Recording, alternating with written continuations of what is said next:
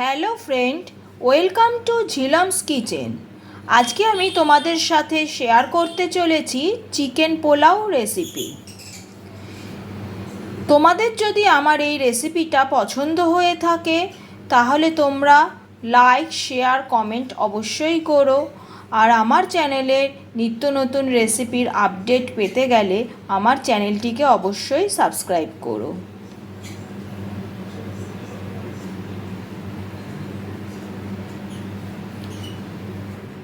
পোলাও বানানোর জন্য আমি একটা বাটিতে নিয়ে নিয়েছি চিকেনটাকে এরকমভাবে মাঝারি সাইজ করে কেটে নিয়েছি। প্রথমে আমি চিকেনটাকে ম্যারিনেট করব। তার জন্য আমি চিকেনের মধ্যে দিয়ে দিচ্ছি টক দই,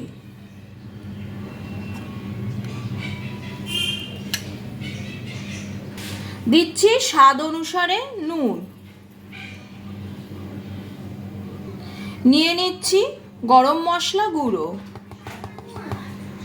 দিয়ে দিচ্ছি ধনেপাতা কুচি। এবার সমস্ত উপকরণ দিয়ে চিকেনটাকে খুব ভালো করে মেখে নিতে হবে। চিকেনটা ভালোভাবে মাখা হয়ে গেছে। এবার এটাকে ঢেকে 20 মিনিটের মতো রেখে দিতে হবে। মাংসটা ম্যারিনেট হচ্ছে ততক্ষণ আমি চালটা রেডি করে নিচ্ছি। একটা বড় বোল নিয়ে নিলাম, তার মধ্যে আমি নিয়ে নিচ্ছি 3 কাপ পরিমাণে চাল। আমি এই রকম একটা কাপ নিয়েছি, আমি এই কাপ মেপে চাল নিচ্ছি, সুতরাং এই কাপ মেপেই আবার পরে জলটাও নেব। চালের মধ্যে জল অ্যাড করছি।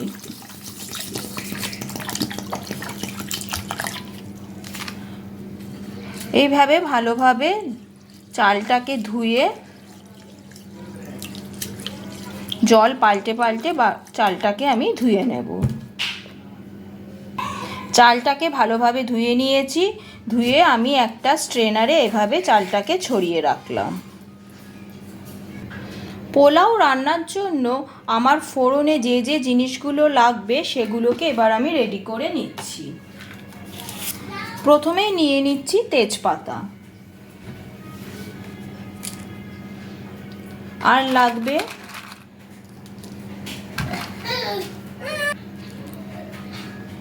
ছোট এলাচ,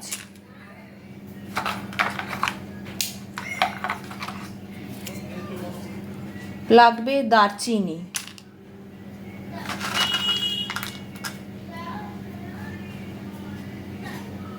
লবঙ্গ,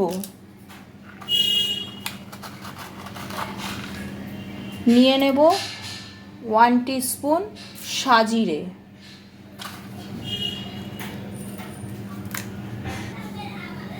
নিয়ে নিচ্ছি 2টো বড় এলাচ, আর নিচ্ছি 2টো স্টার অ্যানাস।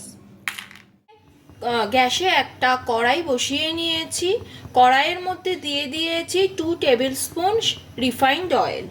তেলটা গরম হয়ে গেছে। এবার আমি ওই তেলের মধ্যে দিয়ে দিচ্ছি ফোড়নের জিনিসগুলো। কয়েক সেকেন্ড তেলের মধ্যে নাড়াচাড়া করে নেব। ফোড়নের থেকে একটা সুন্দর গন্ধ বের হলে আমি এর মধ্যে দিয়ে দিচ্ছি পেঁয়াজ কুচি।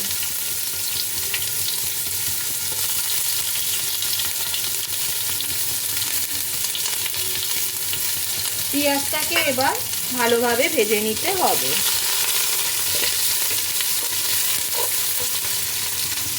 পেঁয়াজটা ভালোভাবে ভাজা হয়ে গেছে। এবার আমি এর মধ্যে দিয়ে দিচ্ছি আদা রসুনের পেস্ট। আদা রসুনের পেস্টটা দিয়ে মশলাটাকে ভালোভাবে কষাতে হবে যতক্ষণ না আদা রসুনের কাঁচা গন্ধটা চলে যায়।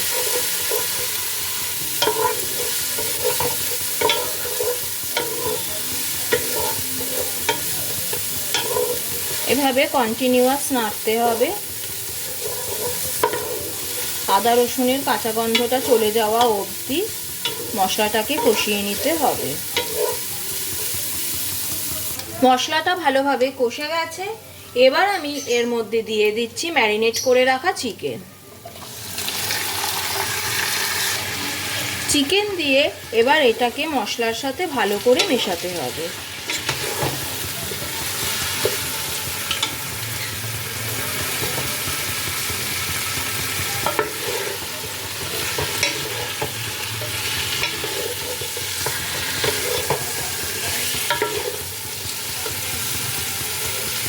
এই সময় এর মধ্যে অ্যাড করব গুঁড়ো মশলা। বেশি করে গুঁড়ো মশলা অ্যাড করতে হয় না, খুবই সামান্য কিছু। দিয়ে দিচ্ছি 1 টিস্পুন ধনে গুঁড়ো। এখানে শুধু এই একটাই গুঁড়ো মশলা ব্যবহার করতে লাগে। আর দিয়ে দিচ্ছি সামান্য পরিমাণে লঙ্কার গুঁড়ো। ব্যাস, আর কোনো রকম কোনো গুঁড়ো মশলা অ্যাড হবে না। সব কিছু দিয়ে এবার ভালো করে মেশাতে হবে। এবার এটাকে ভালোভাবে কুক করতে হবে।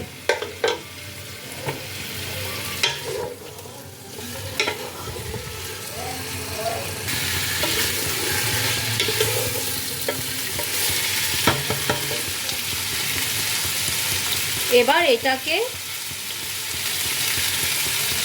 ঢেকে দিয়ে খানিকক্ষণের জন্য রান্না হতে দিলাম।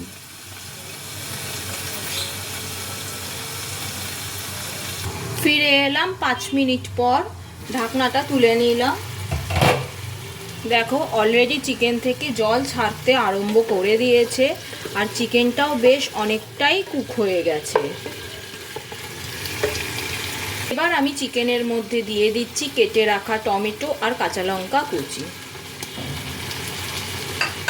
সব কিছুকে আবারও চিকেনের সাথে ভালো করে মিশিয়ে মিনিটখানেক কুক করতে হবে।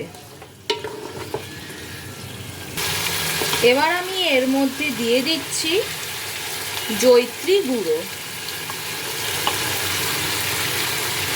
এটা রান্নার স্বাদকে বেশ খানিকটা বাড়িয়ে দেয়। জয়িত্রী গুঁড়োটাকে ভালো করে মাংসের সাথে মিশিয়ে নিতে হবে। এবার আমি এর মধ্যে অ্যাড করছি 1 কাপ দুধ। আর দিয়ে দেব আরও 5 কাপ পরিমাণে জল। এই কাপে মেজারমেন্ট করে আমি চাল দিয়েছিলাম। 3 কাপ চাল নিয়েছি, তাহলে তার ঠিক ডবল 6 কাপ জল আমি এর মধ্যে অ্যাড করব। 6 কাপ পরিমাণ জল আর দুধ অ্যাড করা হয়ে গেছে। এবার এটাকে ভালো করে মিশিয়ে নিতে হবে। এবার আমি এর মধ্যে অ্যাড করছি স্বাদ অনুসারে নুন। প্রথমে মাংসটা ম্যারিনেট করার সময় একবার নুন দিয়েছিলাম, সেভাবে বুঝে নুনটা অ্যাড করতে হবে। আর দিয়ে দিচ্ছি সামান্য পরিমাণে চিনি। এবার নুন আর চিনিটাকে ঝোলের সাথে ভালো করে মিশিয়ে নেব। মিশিয়ে জলটা ফোটা অবধি ওয়েট করতে হবে।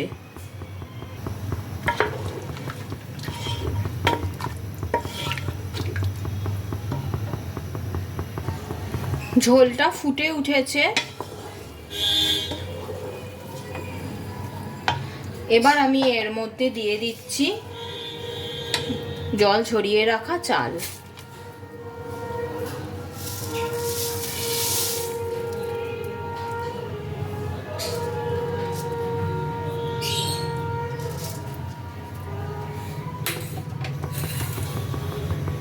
চালটাকে দিয়ে ভালো করে এবার মেশাতে হবে।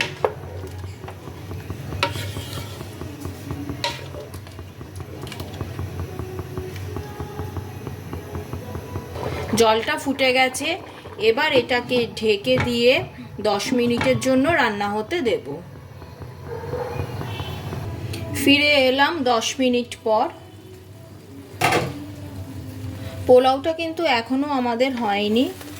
এবার ওপর নিচ করে ভালোভাবে নাড়াচাড়া করে নিতে হবে। নিয়ে যেটুকু জল আছে এইটুকুকেও একটু টানিয়ে নিতে হবে।